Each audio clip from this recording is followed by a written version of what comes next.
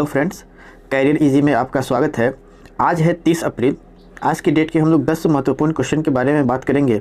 साथ ही उससे जुड़े हुए सभी फैक्ट्स को भी देखेंगे जो आने वाली एग्जाम्स के लिए बहुत इंपॉर्टेंट होगा। आप वीडियो को अंत तक जरूर देखें ताकि आपको पूरी जानकारी मिल सके। साथ ही अगर वीडियो पसंद आए तो इसे लाइक ज़रूर करें।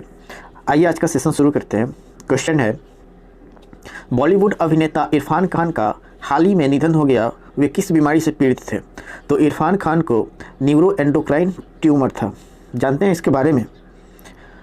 इरफान खान की इस खबर के बाद पूरे बॉलीवुड में शोक की लहर दौड़ गई। साल 2018 में इरफान खान को पता चला था कि वह न्यूरोएंडोक्राइन ट्यूमर से पीड़ित हैं। इस बीमारी के इलाज के लिए इरफान खान लंदन भी गए थे और करीब साल भर इलाज कराने के बाद वापस भारत लौटे थे। अभिनेता इरफान खान अपने इलाज के कारण काफ़ी दिनों तक बॉलीवुड से भी दूर रहे थे। हालांकि लंदन से स्वस्थ होकर लौटने के बाद उन्होंने बॉलीवुड में अपनी वापसी की और अंग्रेज़ी मीडियम की शूटिंग भी की थी। अंग्रेज़ी मीडियम उनका सबसे अंतिम मूवी हो गया। अगला क्वेश्चन देखते हैं।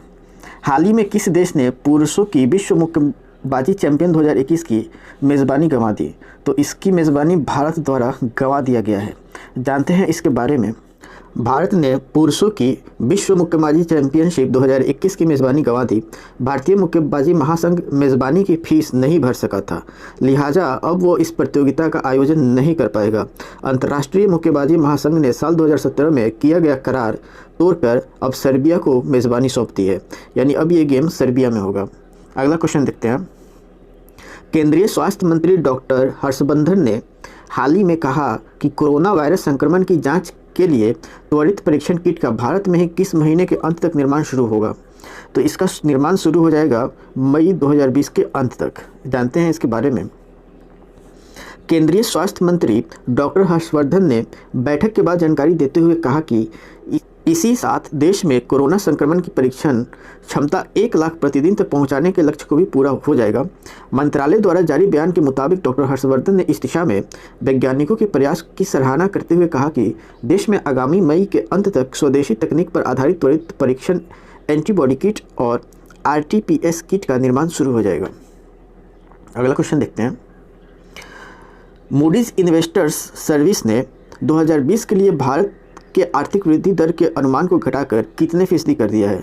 तो मूडीज इन्वेस्टर्स सर्विस ने इस अनुमान को घटाकर कर दिया है 0.2%। जानते हैं इसके बारे में। मूडीज इन्वेस्टर्स सर्विस ने 2020 के लिए भारत के आर्थिक वृद्धि दर के अनुमान को घटाकर 0.2% कर दिया है, जबकि मार्च में उसने 2.5% वृद्धि दर रहने की उम्मीद जताई थी। हालांकि मूडीज ने 2021 में वृद्धि दर 6.2% रहने का अनुमान जताया है। मूडीज ने कहा कि साल 2020 में चीन की वृद्धि दर 1% रह सकती है। अगला क्वेश्चन देखते हैं। एशियाई विकास बैंक यानी कि ADB एशियाई डेवलपमेंट बैंक ने बताया कि उसने कोरोना वायरस महामारी के खिलाफ लड़ाई में मदद के लिए किस देश को लगभग 11,370 करोड़ रुपए ऋण देने की मंजूरी दे दी है। तो ये ऋण दिया जाएगा भारत को ADB द्वारा, इंडियन एशियन डेवलपमेंट बैंक के द्वारा। जानते हैं इसके बारे में। इस लोन का इस्तेमाल संक्रमण पर काबू पाने, इसे फैलाने से रोकने के साथ साथ आर्थिक रूप से पिछड़े तबके के लोगों की सामाजिक सुरक्षा के लिए इस्तेमाल किया जाएगा। ADB के प्रेसिडेंट मात्सुको असाकावा ने कहा कि वह इस अप्रत्याशित चुनौती से निपटने में पूरी तरह भारत सरकार के साथ हैं। कोरोना वायरस का कहर दुनिया के साथ साथ भारत में भी बढ़ता जा रहा है।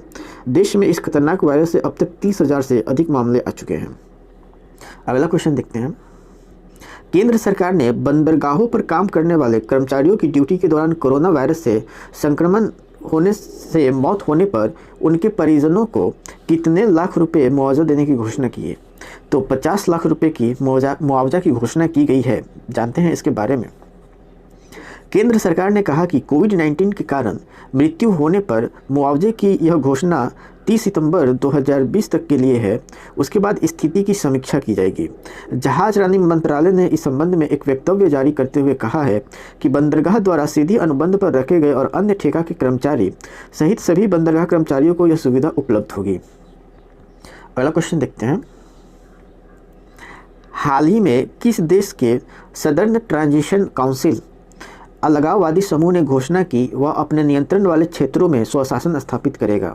तो यह जो काउंसिल है ये यमन में घोषणा किया गया है। जानते हैं इससे जुड़ा हुआ कुछ और तथ्य। सदर्न ट्रांजिशनल काउंसिल ने अपनी सेनाओं को दक्षिण बंदरगाह अदन के लिए रवाना किया है। सदर्न ट्रांजिशनल काउंसिल सऊदी अरब के नेतृत्व वाले गठबंधन के प्रमुख समूहों में से एक है जो हूती विद्रोहियों के खिलाफ लड़ रहा है। सऊदी अरब के नेतृत्व वाले गठबंधन ने कोविड-19 महामारी के चलते संयुक्त राष्ट्र की एक पहल पर एक तरफ युद्ध विराम की घोषणा की थी तथा उसे पुनः 1 महीने के लिए और बढ़ा दिया, लेकिन हूती विद्रोहियों ने इस बात को स्वीकार नहीं किया और हिंसा जारी है। अगला क्वेश्चन देखते हैं। केंद्र सरकार ने औद्योगिक विवाद अधिनियम के प्रावधानों के तहत बैंकिंग उद्योग को किस तारीख अवधि तक के लिए सार्वजनिक उपयोगिता सेवा घोषणा किया है?